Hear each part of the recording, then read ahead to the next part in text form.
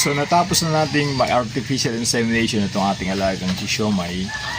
At ngayon ay umaga, 6 AM. Makikita natin ngayon mga brothers yung kaibahan nung shade time na naglalandi, yung sobrang ingay niya. Tapos kahit na kakakain lang ay talagang akala mo gutom na gutom. Yung mga sign ng kanyang paglalandi, tapos sa sa lahat, yung bahagi nitong ating alagang si Siomai ay talagang namamaga siya. Tapos pulang-pula siya. So makita nyo ngayon yung kaibahan din mga brothers.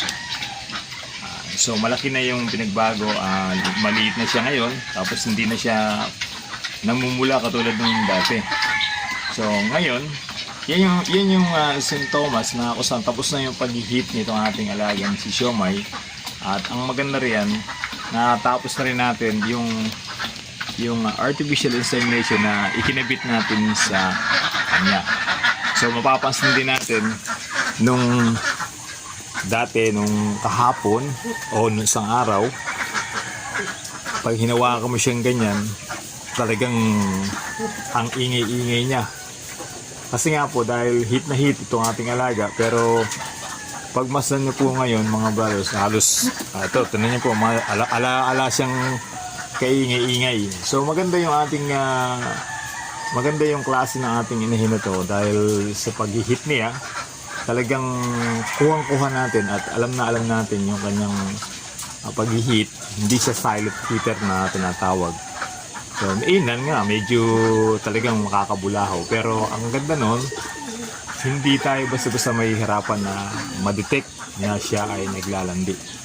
So ito yung maganda sa na yung ganong klase, yung meron tayong breeder na ganun yung kanyang paglalandi.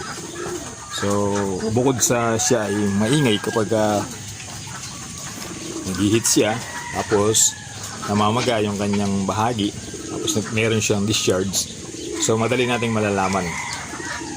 Tingnan po, laki ng kaibahan, di po ba? Tingnan po, nung isang araw ay halos mahawakan mo lang ngayon, di po ba, ang lakas ng kanyang ingay. So ngayon wala na. So ganun lang mga brothers, in-update ko lang po kayo dun sa mga changes pagkatapos na ma-AI itong ating alaga na si Siomai, breeder natin. So makita natin na talagang nag-hit siya. At dun sa pag-hit niya, na isagawa naman natin ang artificial insemination. Salamat po sa inyo lahat mga brothers, magandang umaga po.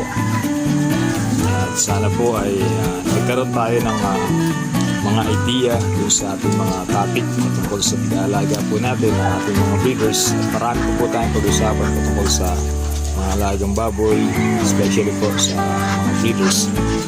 At subscribe niyo po yung ating channel na Brother is Not a Pig. At maraming salamat po sa inyong pag-invest ng inyong oras para makapanood ng ating videos. Naging sa mga nagsusubscribe po ng ating channel, maraming salamat po sa inyo. God bless po.